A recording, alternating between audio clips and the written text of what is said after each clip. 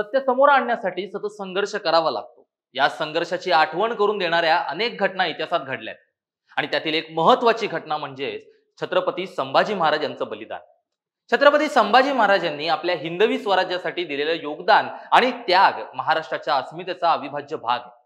मात्र अनेकदा त्यांच्या जीवनावरती आधारित चित्रपट किंवा मालिका येतात, त्यावरती लोकांच्या वेगवेगळ्या प्रतिक्रिया उमटतात। अमोल कोल्हे यांच्या स्वराज्य रक्षक संभाजी या मालिकेवरती असेच वादंग उठले। विशेषतः औरंगजेबाच्या क्रूरतेचे योग्य चित्रण करण्यात आलेले नाही असा आरोप अनेकांनी केला। संभाजी महाराजांचा इतिहास योग्य प्रकारे मांडला गेलाय का, की काही विशेष कारणांमुळे तो बदलण्यात आला? तसेच पुरोगामी विचारधारेच्या नावाखाली शिवचरित्राला वळवण्याचे प्रयत्न होत आहेत का? संभाजी महाराजांचा संघर्ष आणि त्याग आजच्या तरुण पिढीपर्यंत योग्य प्रकारे पोहोचतोय का? जाणून घेऊयात या व्हिडिओच्या माध्यमातून। नमस्कार, मी अनिरुद्ध गांधी, कॅमेरावर आहेत अलेक्स साळके। महाएमटीबी मध्ये तुमच्या सर्वांचं स्वागत करतो। सत्य परेशान हो सकता है, पराजित नहीं, अशी एक प्रसिद्ध हिंदी म्हण आहे। सोशल मीडियावरती अनेकदा या आशयाची चित्र फिरत असतात। आज याची आठवण येण्याचं मुख्य कारण म्हणजे खासदार अमोल कोल्हे आणि त्यांच्या स्वराज्य रक्षक संभाजी या मालिकेविषयी दिलेली केविलवाणी स्पष्टीकरणे। औरंगजेबाने छत्रपती संभाजी महाराजांना अमानुष पद्धतीने छळले। त्यांचा क्रूर चेहरा या मालिकेतून स्पष्टपणे दाखवण्यात आलेला नाही। छावा चित्रपट यशस्वी झाल्यानंतर पुरोगामी विचारांच्या लोकांनी संभाजी महाराजांचा इतिहास योग्य प्रकारे दाखवला जाऊ नये म्हणून प्रयत्न सुरू केले। त्यामुळे लोक प्रश्न विचारू लागले। आधी कोल्हे म्हणाले दबाव होता, आता तेच सांगतायत की हा फेक नरेटिव्ह आहे आणि शरद पवारांनी कोणताही दबाव आणलेला नाही। फेक नरेटिव्ह म्हणजे खोट्या गोष्टींवरती उभ्या राहिलेल्या राजकारणाचा भाग झालात की एक दिवस तुम्हालाच त्याचं बळी पडावे लागते। शिवछत्रपतींसारख्या पराक्रमी आणि धर्माभिमानी पुरुषांची भूमिका करणं सोपं आहे, पण प्रत्यक्ष तत्वनिष्ठ राहणे तितकंच कठीण। कधी काळी एकता कपूरच्या हिंदी मालिकेंशी स्पर्धा करणाऱ्या मराठी मालिकेंमधून अनेक कलाकार पुढे आले। अमोल कोल्हे त्यातलेच एक। त्या काळात मालिका बंद झाल्या, पण या कलाकारांची लोकांना झालेली सवय काही सुटली नाही। शिवप्रभूंचा इतिहास महाराष्ट्राच्या मनात कोरलेला आहे, यात काही वादच नाही। छत्रपती शिवाजी महाराजांचा स्वदेश स्वधर्म याविषयीचा अभिमान आणि संभाजी महाराजांची बेधडक वृत्ती, धर्मांतरण नाकारून दिलेल्या बलिदान हा महाराष्ट्राच्या अस्मितेचा भाग आहे। इमानदारी राखून स्वतःच्या 4 पिढ्यांचे भलं करणाऱ्या सरदारांच्या काळात सार्वभौम, स्वायत्त व स्वतंत्र हिंदू साम्राज्य उभे करण्याचे स्वप्न पाहणारे छत्रपती शिवाजी महाराज पुढच्या कित्येक पिढ्यांच्या स्मरणात राहतील। पुस्तक, चित्रपट, मासिक, नाटक यांच्या माध्यमातून शिवचरित्र नव्या पिढीपर्यंत पोहोचत राहणार आहे।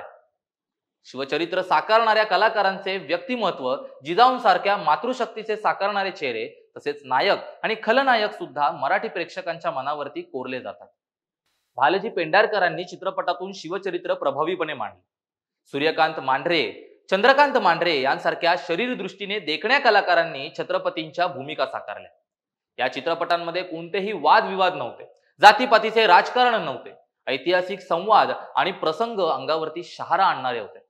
त्यामुळेच आजही भालचंद्र पेंढारकरांचे चित्रपट लाखो लोक पाहतात। याचं कारण म्हणजे भालचंद्र पेंढारकर यांनी चित्रपटाच्या सुरुवातीला दिलेलं निवेदन। ही केवळ करमणूक नाही, हा त्या महापुरुषाला वाहिलेला भक्तिभाव आहे। मुळातच जर इतिहास मांडण्याचा हेतू शुद्ध असेल तर वाद निर्माण होत नाहीत, तर प्रेरणा मिळते।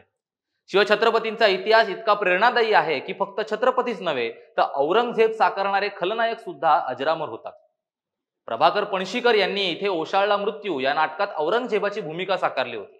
धर्मवेडा, कपटी, खुनी आणि विकृत वृत्तीचा म्हातारा औरंगजेब हा या नाटकात दाखवला गेला। प्रेक्षकांनी हा नाट्यप्रयोग खूप मोठ्या प्रमाणावरती पाहिला। मात्र नंतरचा काळ आला तो महाराष्ट्राच्या इतिहासाचा आणि लोकसंस्कृतीचा विकृतीकरण करण्याचा, एका जातीला दुसऱ्या जातीच्या विरोधात उभं करण्याचा।